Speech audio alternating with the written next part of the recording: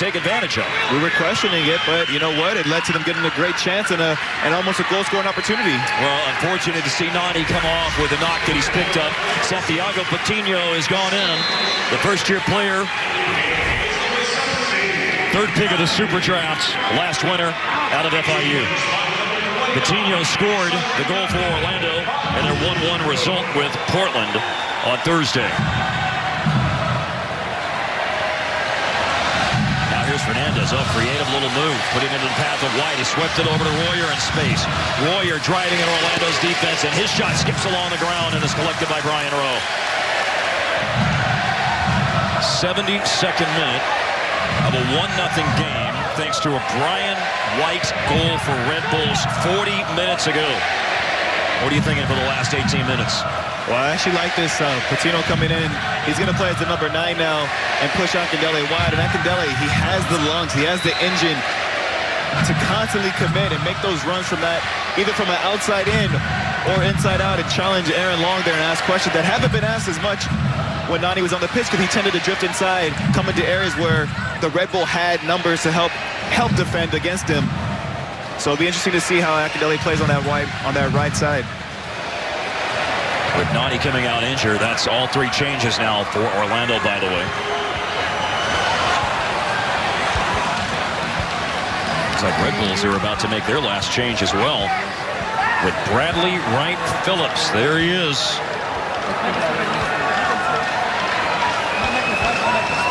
Missed 9 games with a groin injury. This would be his 6th straight game to come in and play as a sub.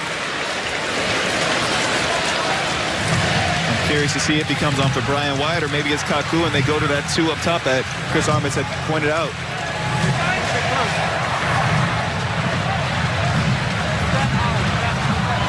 Will Johnson. Robinho. Will Johnson continues that run. And a big challenge put in. Intervention by Amro Tariq. Plays it out for a throw-in. But here's the change, and it is Kaku coming out, so it will be a 2-striker look right now for Red Bulls with Brian White and Bradley Wright Phillips. Yeah, you see Kaku shaking his head a little bit, but you know what?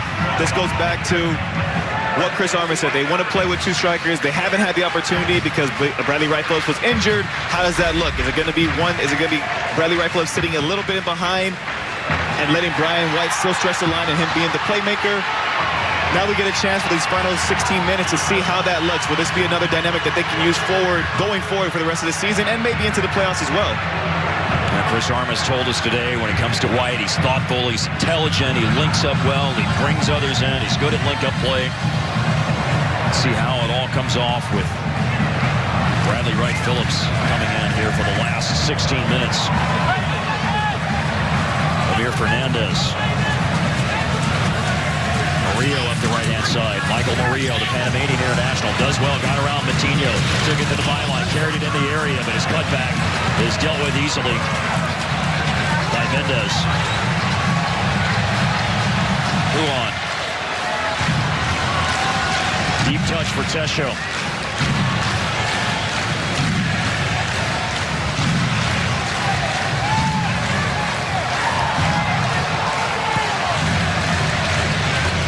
Ball up the left-hand side by Moutinho. Oh, dangerous challenge. Robinho upended. Looked like Tim Parker got the ball, though. That seems to be the judgment of Armando Villarreal on that challenge by Parker. Yeah, James O'Connor's not having it. But even prior to that, though, as that play is developing, Murillo's out of position. Fernandez is out of position. João Moutinho collects the ball, waits and waits and waits and waits, and then he plays a lofted ball into Robinho. If he collects that 1 touch, looks forward, plays him in, now they have a numbers advantage and they have a chance on the front foot. But as he waits and delays a little bit, that allows Fernandez to drop back in and make that challenge on the ball, and then Tim Parker to come over and assist him and put in that challenge that we were just talking about. Injuries have been such a critical factor for Red Bulls this year. They fought through it. Not only injured players, but players missing time for international duty to stand where they stand in the Eastern Conference at this point. Parker has been felled by injuries on a couple of occasions this year. Recently had a 2-game absence due to a foot injury. just returned from that absence against Toronto on Wednesday in a 3-1 Toronto FC win over Red Bulls. Parker will be coming back in here in a moment. This is what happened with him and Robinho a moment ago. You see, he does lunge in there. Studs is showing. He does get the ball first. Trying to see there where he picks up his little bit of a knock. It's good to see that he's lining up as if he's going to come back on the pitch, because the last thing that the Red Bulls need at this stage of the season, as they're finally getting everybody back from, as you said, from internationals and healthy, to pick up any more injuries. A swing and a miss by Moutinho, but still ball sworn. And now he hits a deep cross, brought down by Tesho, and here comes a late landing run, and it's another post hit, and then it's a save by Robles, a miss by Robinho, maybe a chance for Coutinho. Question had the first miss, and utter chaos in the box.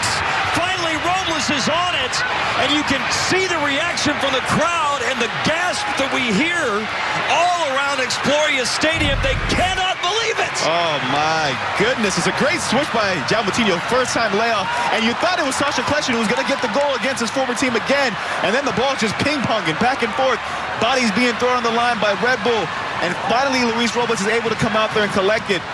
But this first layoff, and then the late run by Sacha Kljestan, he beats Robles once again. Goalkeeper's best friend are those three posts that stand behind him.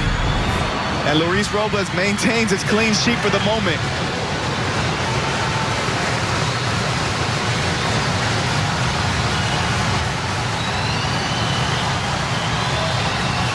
Long ball out of the back for Moutinho. Driven skyward by Aaron Long. So Carlos Asquez, Tesho Akindele, and now Sacha Kljestan have all hit the woodwork here in the second half. Kljestan. Another layout back to Kljestan. Oh, clever ball. Huan! And Robles dives to meet what was a cross for not one but two runners at the back post. And it's beaten out of trouble by Robles. I tell you what, Huan is shooting this. And I'm not sure why, because there's no way I'm going to be convinced that he missed the cross that poorly. It's a clever ball here by Sacha Kljestan. The weight on that pass is perfect. All he has to do is square that. As you said, there's two runners there. Akindele does a great job to lay the ball up and then get in the box. And he's there waiting at the doorstep for the tap-in. But the ball never gets to him. But this last 5-10 minute stretch, Orlando's been on the front foot. Sacha Kljestan's influence has grown as he's come into this game. We talked about his threat in the final third, playing those balls, taking shots, and we've seen it now, changing the point of attack against this Red Bull team as well. You saw that stat on the screen about Kljestan a moment ago. That one goal that he has in 18 appearances this year is what allowed Orlando City to capture the 3 points when they played at Red Bull Arena back in March. One of the 7 wins that Orlando has this year.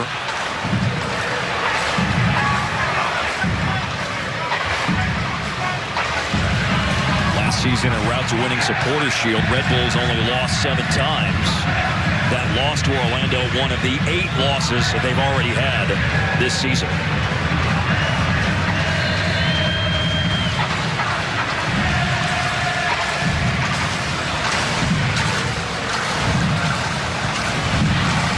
Has fought and attacked and knocked on the door, and at this stage I think you could say they've beaten on the door, but they haven't been able to kick it in yet.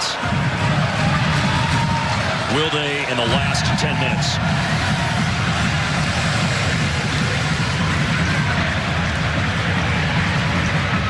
Javier Fernandez coming forward. Bradley Wright Phillips. Had it taken away by Sebastian Mendez. Up to Kljestan. Kljestan, head up, looking at goal, decides to slip it into Huan. This time the ops for the ball to Carlos Asquez, who turns and goes down amongst a heap of Red Bull defenders in the box, and then Robles off his line to collect it.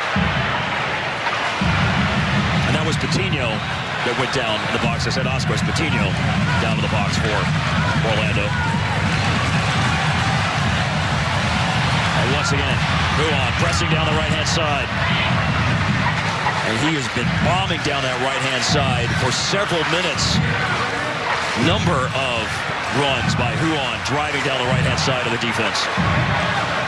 You're right, he has been bumming down that right-hand side, but I want to see better from him in that final third with his delivery. Here comes a cross from Robinho, collected to the back post by Robles. He's been in really, really threatening positions in that final third, getting to the byline. But I want to see him square the ball, pick out a runner, or just put the ball in a dangerous area and give your team a chance.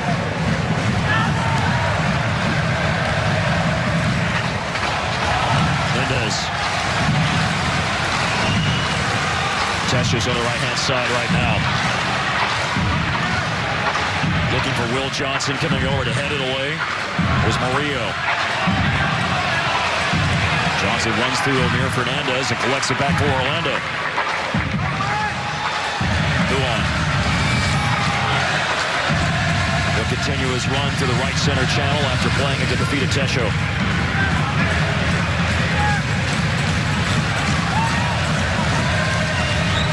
Joel Matinho.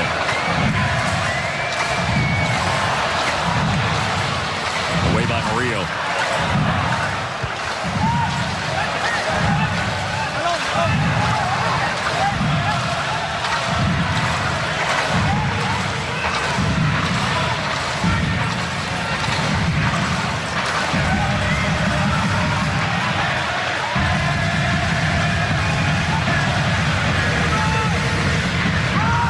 He was thinking about a cross and said Matinho put it to the feet of Question. Clever little flick. Chance in the box. Matinho again. Boy, Luis Robles coming out, getting right in the ear of Shankowski, I believe. Sasha Klesh's come on the pitch and been the man of the match for Orlando thus far. Matinho does really, really well with his strength here, but I'm surprised he doesn't just put that in the path of Robinho making that run off of the hit it first time. He tries to roll him and get his shot off, and it trickles wide. Not challenging Robles whatsoever. Time wasting. Yellow card here for Luis Robles. 83rd minute.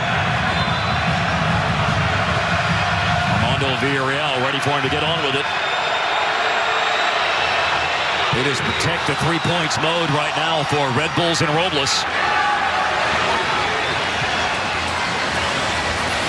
It's been a while since the ball's been back on this end. With a touch for keeper Brian Rowe for Orlando. Will Johnson to Robinho. He's got options.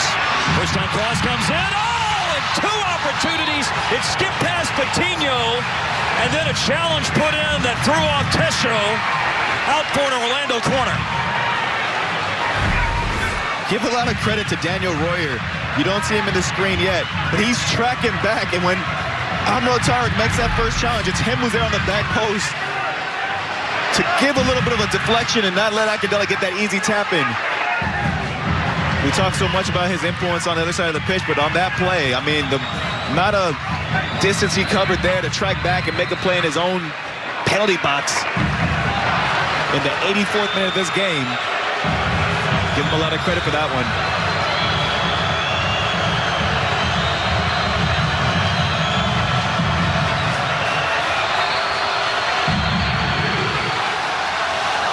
Orlando has 9 shots in the second half.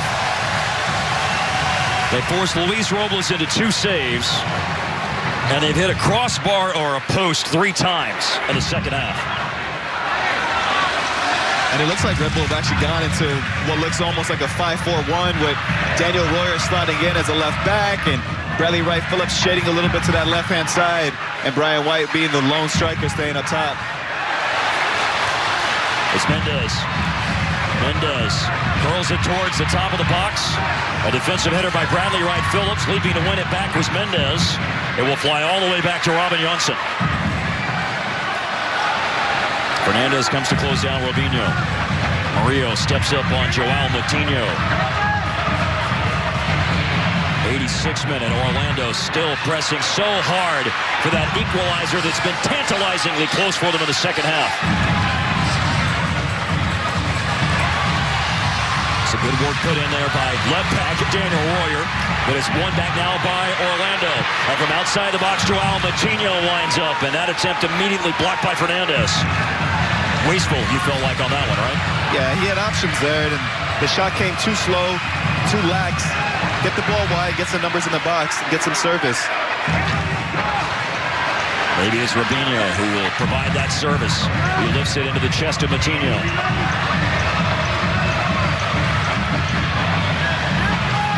Robin Johnson.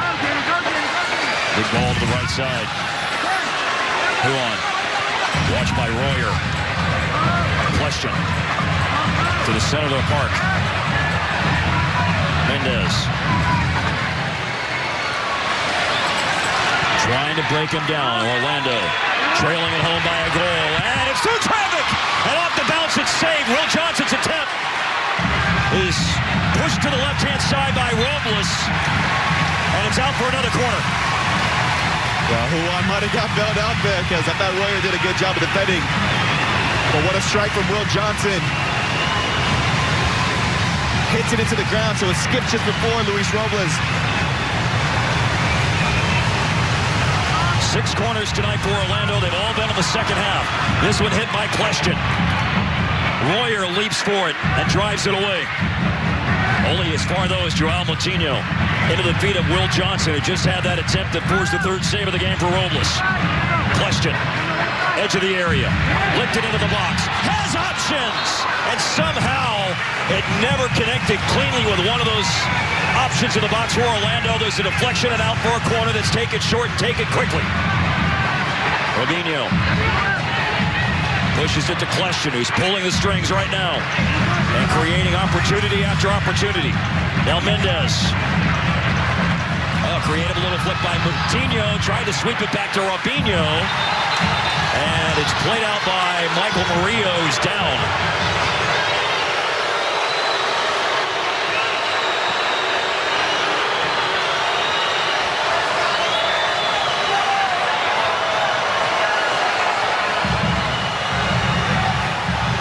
Murillo pleading that he took a shot in the face.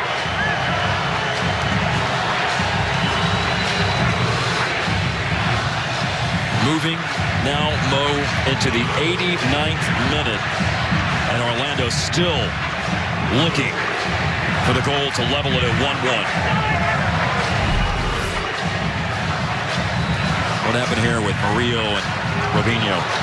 And so he slides in there, and it's inadvertent. He does catch him in the face. Robinho does, but it's not intentional whatsoever. No malice in it. Will Johnson. Scrambling, desperate defending by Red Bulls. Cross comes in from Moutinho. Off the chest of Tim Parker and out for Orlando's 8th corner of the second half.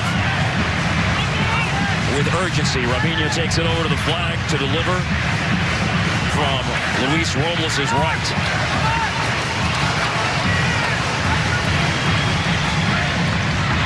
Doesn't beat the first man, but Sean Davis just puts it behind for another corner.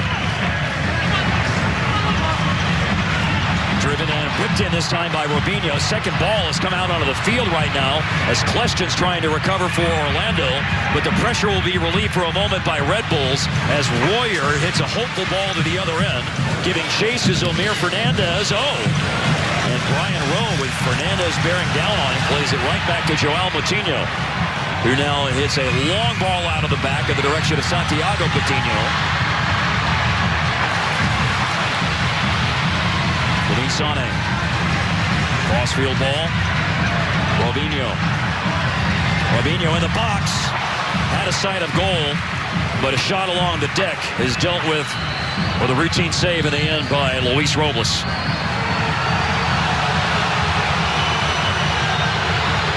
And the boos are because Michael Murillo's gone down again. I don't think you can boo too much when I think there's a bloody nose there. Yeah, it's starting to drip there now. There's going to be at least 5 minutes of stoppage time. You would surmise that number is going to grow because of the amount of time that Murillo will require some treatment here. What a second half push by Orlando. They've got to feel hard done by in terms of just not being able to find that equalizer. Yeah, they've created a lot of chances in the second half of the second half, but they haven't been clinical enough. They've had a good couple of chances from outside the box, and when they do get to the byline, We talked about Juan getting to the end line quite a few times, but his decisions, his accuracy with his passes, his final ball, it's just been lacking. Sasha Klesha, I thought, has come on and been a very, very bright spot for them, orchestrating the strings, pulling the strings there for them with clever little flicks, clever little weighted balls. And Red Bull just trying to escape now. Put out the last few fires here and leave here with 3 points. And once, if those fires are put out here, then it will be Seattle and Portland next on FS1. Coverage from Century Link Field. John Strong, Stu Holden standing by with the call on FS1 to stream it live on the Fox Sports app.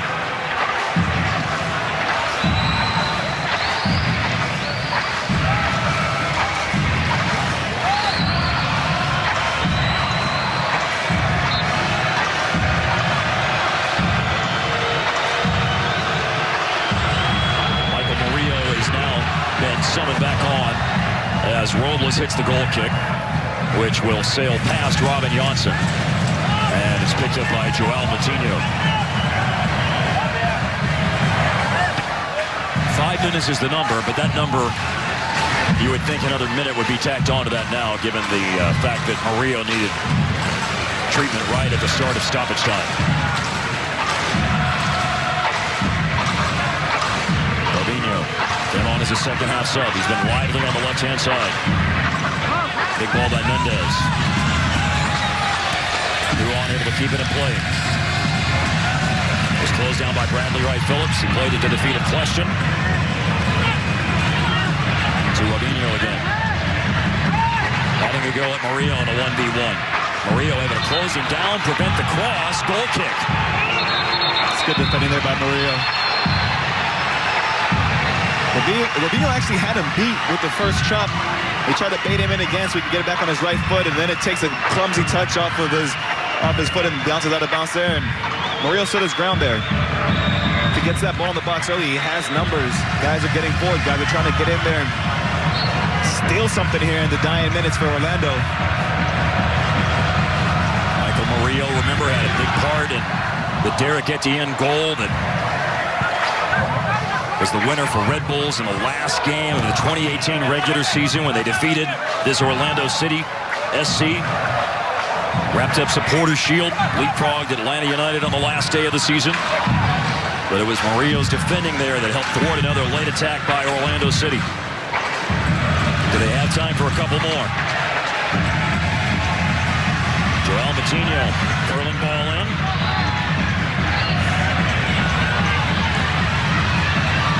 Tchaikovsky for New York. Royer peels away from Will Johnson. And an attempt to hang on to it for a few more seconds. But played it to the halfway line, and it's taken back by Orlando's Robin Johnson. Now ahead of steam by Robinho. Comes together with Murillo. And another goal kick.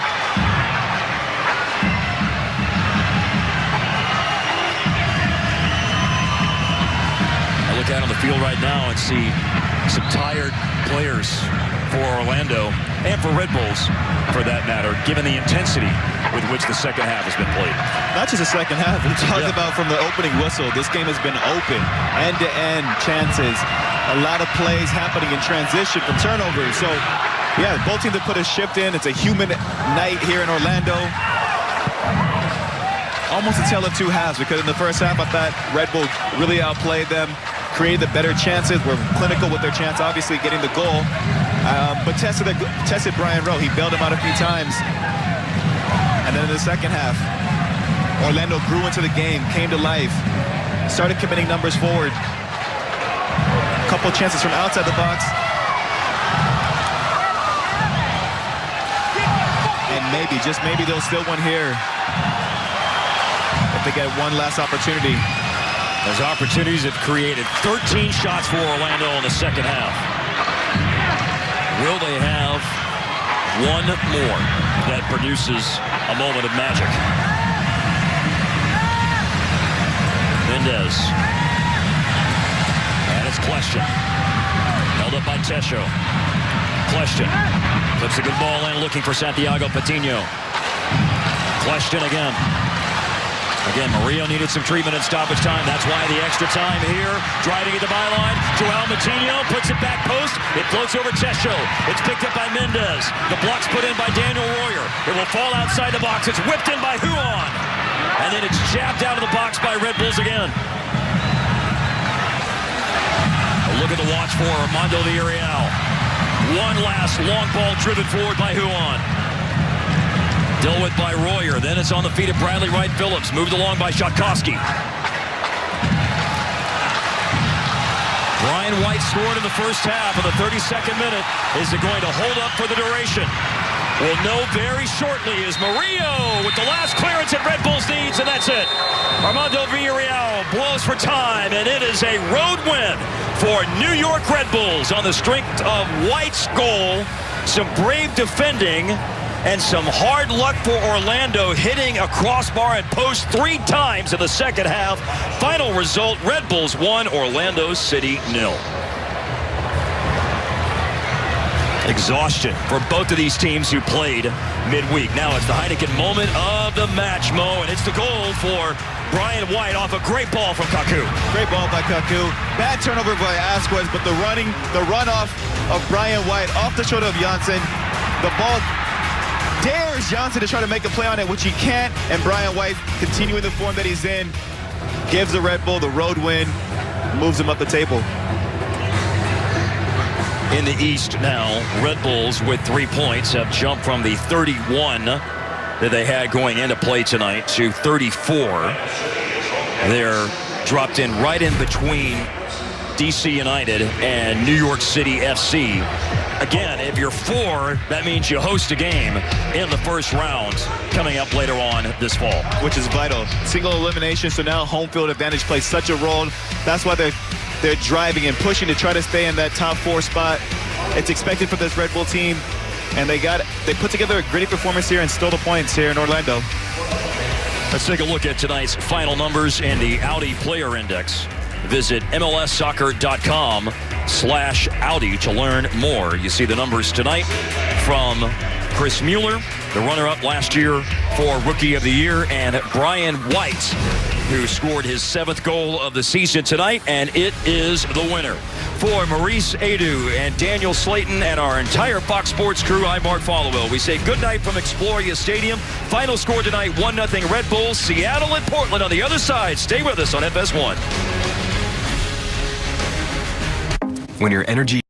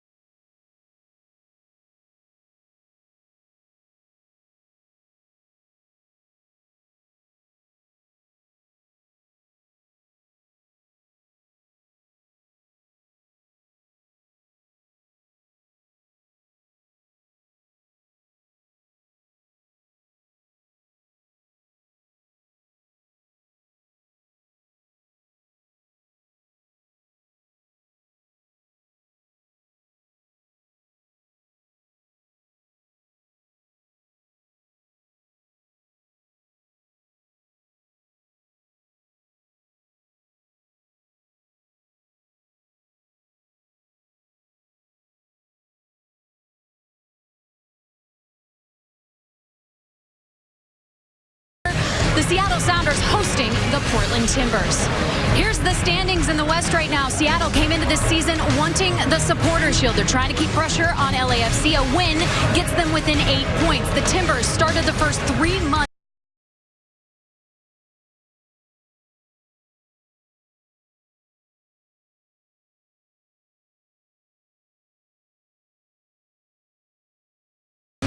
of the season on the road. They own the second best road record, but they're 5 points below the playoff line, making tonight even more important. Hey everybody, welcome down onto the pitch. I'm Katie Witham. John Strong and Stu Holden have the call. They're going to join us from the booth in just a moment. These two clubs are separated by 3 hours, and they just plain don't like one another. The Cascadia rivalry started back in the 1970s, and every match is hotly contested, making this a classic. It's going to be that way tonight. Seattle looking for their third straight win at home. The Timbers unbeaten in their last 5, hoping to extend that. For more, here's John and Stu. Katie, the old cliche is that familiarity builds contempt. Well, that means you start with familiarity. Both these teams know each other very well. Talking to players and coaches yesterday, they know exactly what to expect from their opponent, or so they think. So in that sort of a situation, what ends up being the difference in a game like this? Rivalry games are so much fun. I mean, and they don't get much bigger than this. Timbers, Sounders, and one of the keys in these games, and there's so many, it's how can you control your emotions, but in a good way. I mean, we saw LAFC in the Galaxy the other night. LA Galaxy completely threw LAFC off their rhythm with a controlled aggression. They never fell out of it. They had a star in Zlatan that produced big moments. You need big moments to win these games. Who's going to be one to produce another famous moment in this rivalry? Let's take a look at our starting lineups brought to you by AT&T. First for Seattle, unchanged for the team that beat Atlanta here in this building a week ago. 5 of these players were away on international duty throughout the month of June into July. And it's nice for Brian Schmetzer to get a number of those players back. Jordan Morris, Christian Roldan with the U.S. men's national team at the Gold Cup. Nico Ladero, such a special player. He will be so important in this game. Going to be fun to watch him and Diego Chara in the middle of the field. And then up front, you got to get the ball to Rui Diaz. He is at hot hand. Raul Rui Diaz, subject of our target expected goals analysis powered by Opta. Here's a clue. The bigger the circle is, the better the chance to score from that position. And you see the one outside the box, the only of his 20 goals to come outside the penalty area. His strike partner, Jordan Morris, speaking a few minutes ago with Katie. Well, Jordan, you were forced to miss a month with a hamstring injury, and then you had a successful run in the Gold Cup. How do you integrate that back into club play now? Yeah, I mean, it's great to be back. Obviously, with a game like this as well, it's an exciting game, a big rivalry game. So for me, it's just trying to come back and do what I can to help the team. You talk about the rivalry game, and there's always something extra when it comes to this one. What are you expecting tonight? It's going to be a physical match, a lot of energy, a lot of passion, obviously, with fans and on the field. So for us, it's trying to weather that and just create our own chances. Appreciate the time. Thanks. Well, the Timbers, meanwhile, played just 3 days ago. A draw at home to Orlando. They make 3 changes to that team. Villafaña's back from injury. Cascante's back from suspension. And Jeremy Ebobisse gets the start. And a lot of those players on that left-hand side. It's going to be really interesting. A big focus of mine is going to be on that left. Villafaña, what's his fitness like? Jeremy Ebobisse, you see him on that left-hand side. Well, you know who's on the right? Jordan Morris with his speed as well. And Kelvin Leerdam, who will get up and down, really test it. Can Ebobisse do enough defensively, but still get into the attack and supply Fernandez? They broke the bank to bring in Brian Fernandez, a club record $10 million transfer fee. You see the goals he's already scored, an MLS record scoring in each of his first 7 games in all competitions. So what can he add to one of the great rivalries in American soccer? 40-plus years of history, and they all playing for a trophy tonight. The Cascadia Cup is at stake and could be won this evening. Katie with them with more on that coming up next.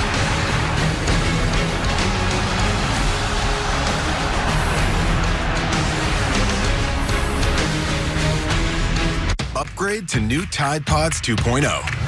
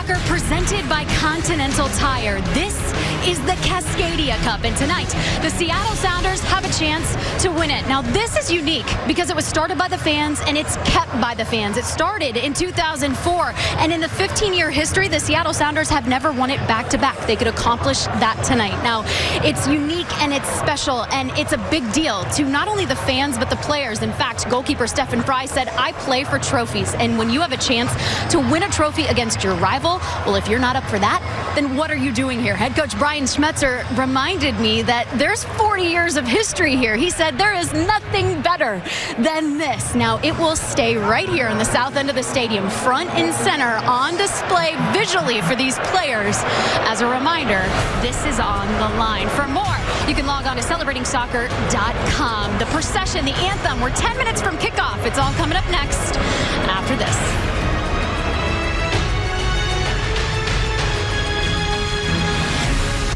1 under par on a hole is a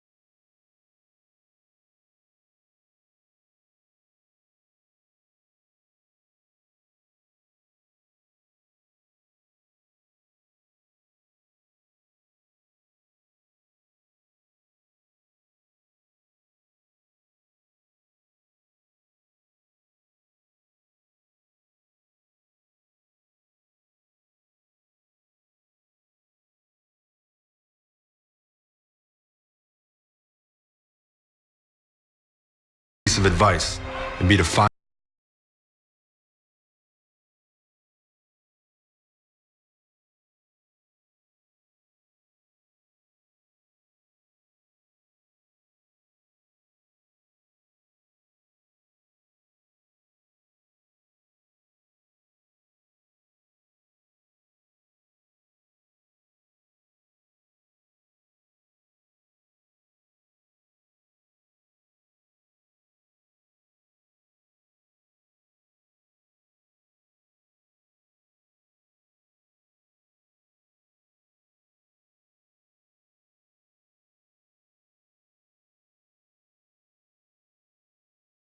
Player Index tracks every move, every match, bringing a new form of soccer intelligence to fans in near real time. To learn more, you can visit MLSsoccer.com/Audi. We're tracking tonight the men up front. Raul Ruiz-Diaz of the Seattle Sounders, fastest player to 10 goals in Seattle's history.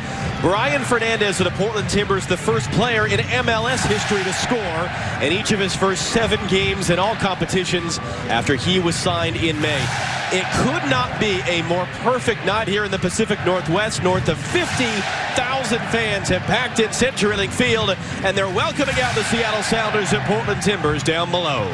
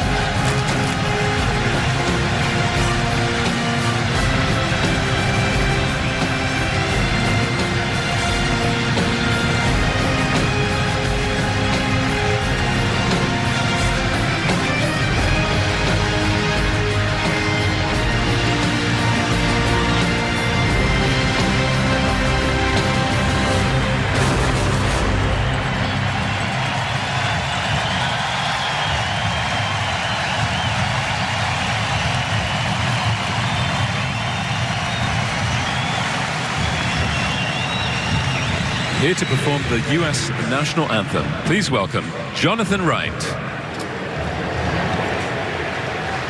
Oh, say, can you see?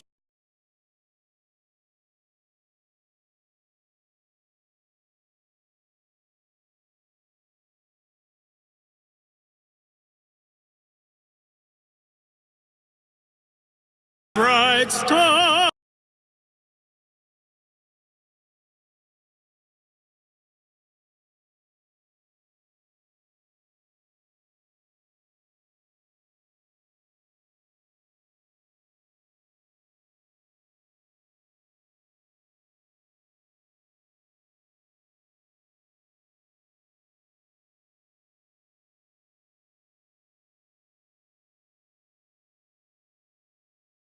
Still there.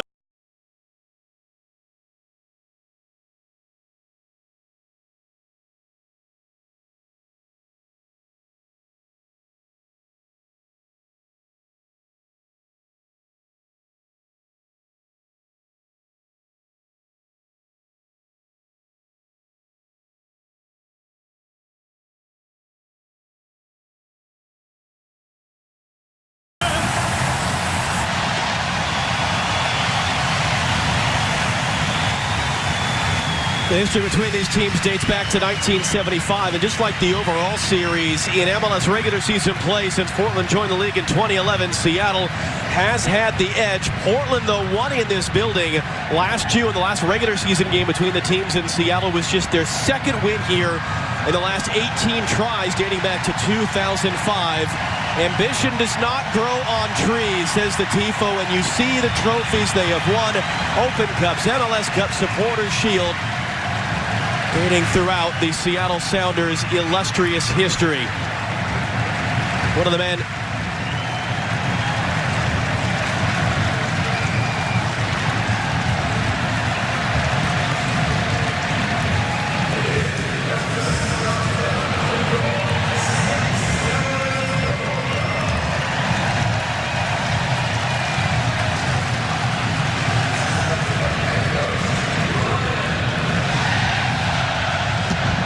Let's hear for the Timbers, Sebastian Blanco live on the field with Katie. Sebastian, the last 3 times Portland has played in Seattle, you've walked away a winner. How do you do that again tonight?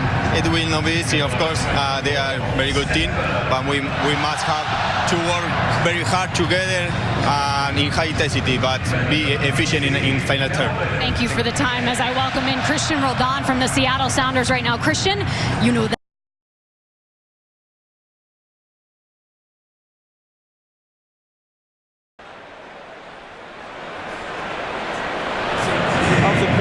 Second-year coach who told us yesterday, sort of reiterating one of his themes for his team, tactics are nothing without spirit. He felt they lacked that spirit early this season. He felt they lacked that spirit Thursday night in their draw with Orlando. He said the most important thing for us tonight, we have to be in control at all times with or without the ball. Drew Fisher, 39 years of age from Canada, is our referee tonight. Plenty of international experience, a ref at the last Gold Cup 2 years ago, CONCACAF Nations League, Champions League games. For the first time in his career, he's refereeing in the center between Seattle and Portland. Quick look at the storylines between these teams here tonight. First for the Seattle Sounders, they got the Cavalry back. 10 players away on international duty through June and July. 13 games without a loss here at home. That is one shy of a club record. Well, the atmosphere in this building is incredible, and I think for the Sounders today, can they keep the pressure high, and can they execute? A guy like Jordan Morris is going to be important. Can he get a goal today? You heard Christian Roldan, who's going to produce a moment. Now, meanwhile, for the Portland Timbers, they're still trying to climb back. Began the first 3 months of the season on the road, still 5 points below the playoff line with 2 games at hand. But the last 3 times they've come here to face the Sounders, they've gone home victorious. And I think for them, the key in this game is can they control it with and without the ball to make sure they have an opportunity. Underway. It is the Seattle Sounders in rave green. It is the Portland Timbers in white. It's Ladero knocking it away from Cascante. Raul Ruidiaz now an opportunity. He lost his angle there, and Clark was able to make the block. It'll be out for a corner. Oh, that last touch.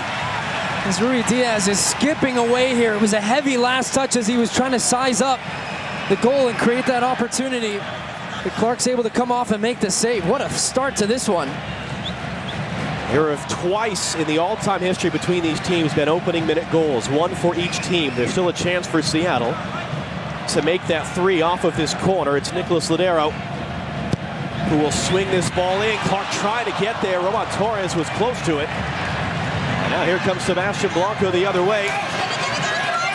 Valeri's calling for it on the near side. It'll be Fernandez instead.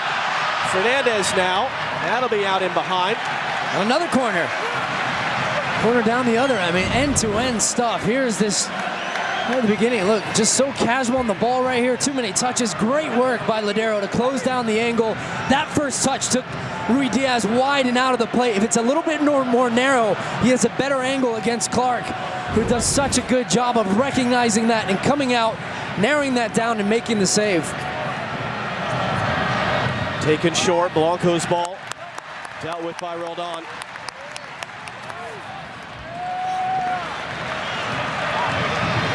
Well, that was an active start.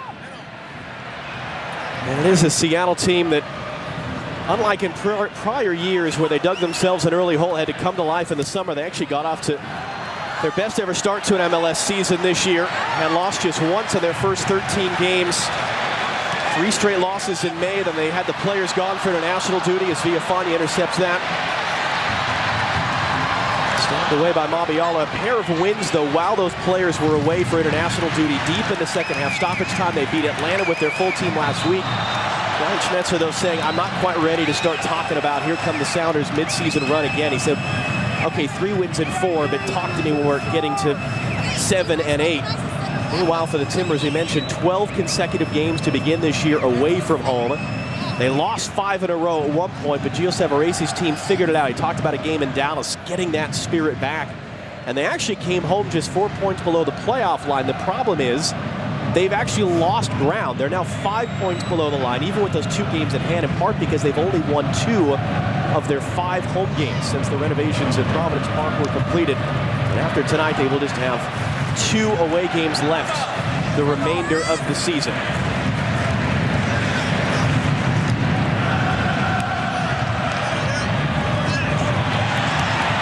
Lodeiro now for Jordan Morris. Get away from Fernandez, too far for Rui Diaz, though. A couple of things standing out for me already. I mean, Lodeiro looks well up for this game, and same with Fernandez on the other side. 2 players that are going to be really key. But there is an intensity and there is a lot of pressure from the Seattle Sounders. When the ball turns over, they're looking to close it down, and they are looking to play quickly. You see how quickly the Timbers can settle in. We talked about controlling the game. Can they do that with the ball and without? So when they don't have it, can they be organized, compact, and then pick their moments to go forward? Here's Blanco on the switch from Chara, who's trying to play for Villafani, who's returning after missing the last 3 games with a quad injury about a month ago. Well, it's his spot vacated as Lodeiro rolls it back in. Kelvin Leerdam making the run. Chara trying to stick with him, goes to ground there. Able to slot it away for Seattle's second early corner. That's vintage Diego Chara right there. Kelvin Leerdam looks like he's going to get in. He made a great run, times it. He had to time it well. He's inside the box there. Great work from Chara, tracking back, putting it out for another corner. The last delivery was good from Lodeiro. It was towards that near post. Just missing the head of Torres. You see Seattle about middle of the pack, scoring goals from set pieces. Lodeiro again, an in-swinger, the near post. Kipke, he was in for it. And a look from here, and it is going to be another corner. He's just dropping them in right at that near post. You're seeing a lot of runs getting in behind, but it beats the first man. That's key, and then it drops over the head. Third corner already. Again, near post, in-swinger. Clark didn't get there. Kipke, he did, but he puts it up in the stands. Well, the thing is, Diego Chara is at that near post. He's getting drawn too far out. He's got to try and hold back, and actually he's almost getting pushed. Jordan Morris is doing a good job to draw 2 defenders towards him. He came off of Svensson, and then Kipke puts it up over the top. He's not scored a goal for Seattle. He did, though, create the winning goal for Seattle in Portland last August. It was his cross that was turned in by Julio Cascante for an own goal. A 1-0 Seattle win.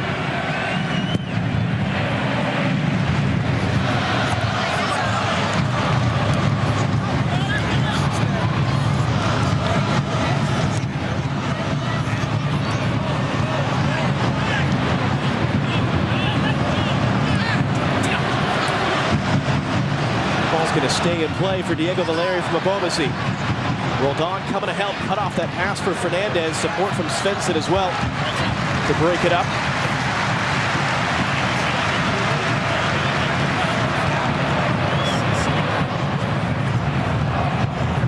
MLS on FS1 is sponsored by Audi. The Audi Player Index tracks every move, every match. To learn more, visit MLSsoccer.com/Audi.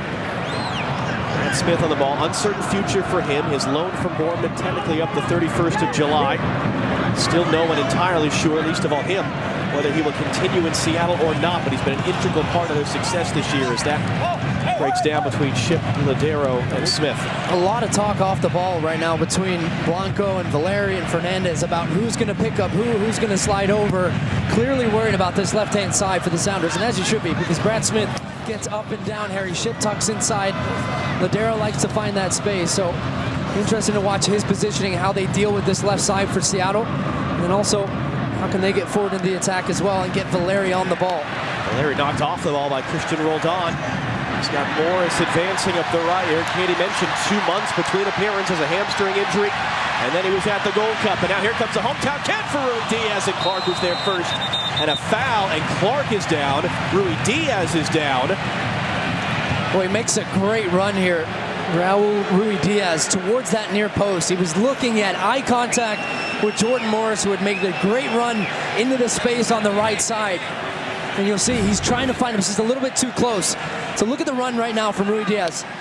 Chara's trying to point. Mabiala saying, can you get there? He was on. If that ball was a little bit closer to him, and I think he catches Clark at the end of that play. And also comes off a little worse for wear himself. Great intensity to start this game, as you'd expect. You mentioned Seattle's left side, Harry Ship's involvement in that. Katie, what more can you add? Lots of instructions coming from this Seattle sideline. A lot of talk about pace of play, tempo, but positionally, John, and everything I'm hearing from Brian Schmetzer is he wants to see his back line hold a little bit higher to stay connected, but specifically calling out to Harry Ship to push higher also because they see a 2v1 advantage out there. Ship continuing to get starts. Victor Rodriguez, who has had injury troubles throughout his time in Seattle, missing another game with a hamstring strain today. We saw him out running on his own earlier this afternoon here on the field at CenturyLink Field, but no specific timetable when they can get him back. But for that matter, Ship, though, 3 goals and 2 assists on the year. Scored against Atlanta. First career headed goal for him in that win last weekend. And here, getting on the ball as Brad Smith's on it. He's trying to go inside for Rui Diaz. He was knocked away. Blanco quickly for Chara. Valeri was left. Abomasi advancing further up that side. Leardon will defend him. Jeremy Abomasi, they give him the space. He lets it go. And Stefan Fry, who talked about he's trying to adjust to this newly laid turf field here in Seattle, trying to read those bounces. Well, this is something we talked to Abomasi about, being on this left-hand side, being out wide. He said, well, I feel like at times it allows me, with my skill set, the ability to run at people with speed, to come on that right foot and get a strike off.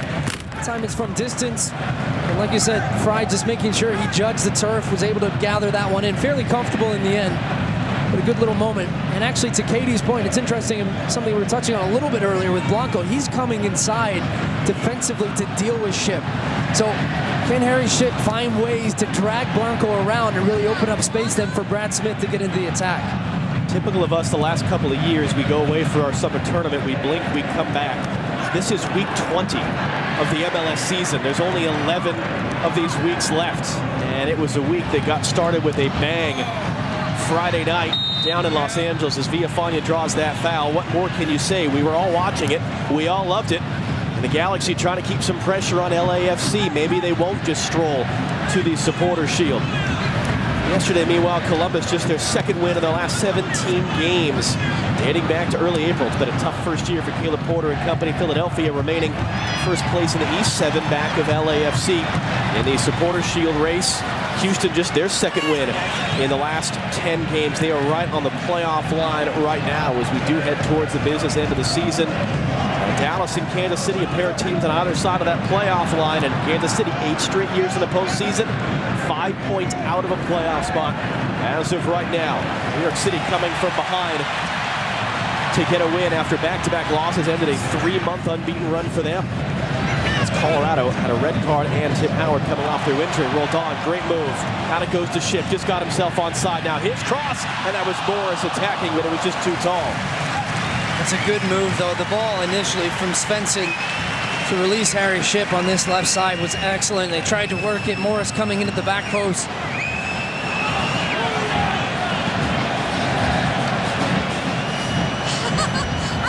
Minnesota going from 4 straight wins to picking up a draw. All of a sudden, they're 4 points clear of the playoff line right now in their 3rd season in the league, trying to make the playoffs for the very first time.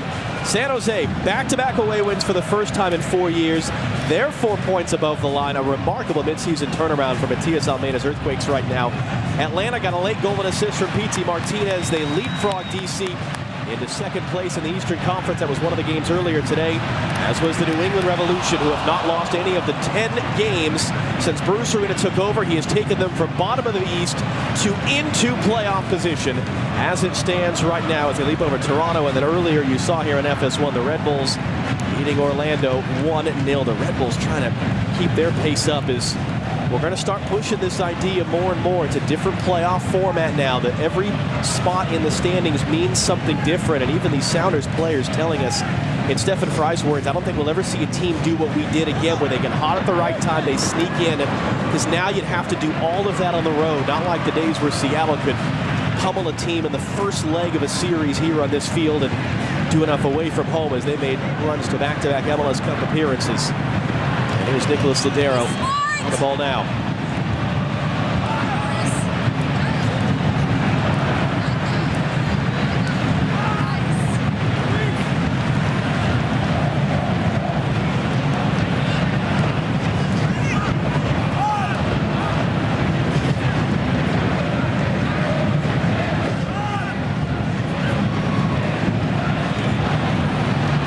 There we got a piece of that, but it will find Morris after all.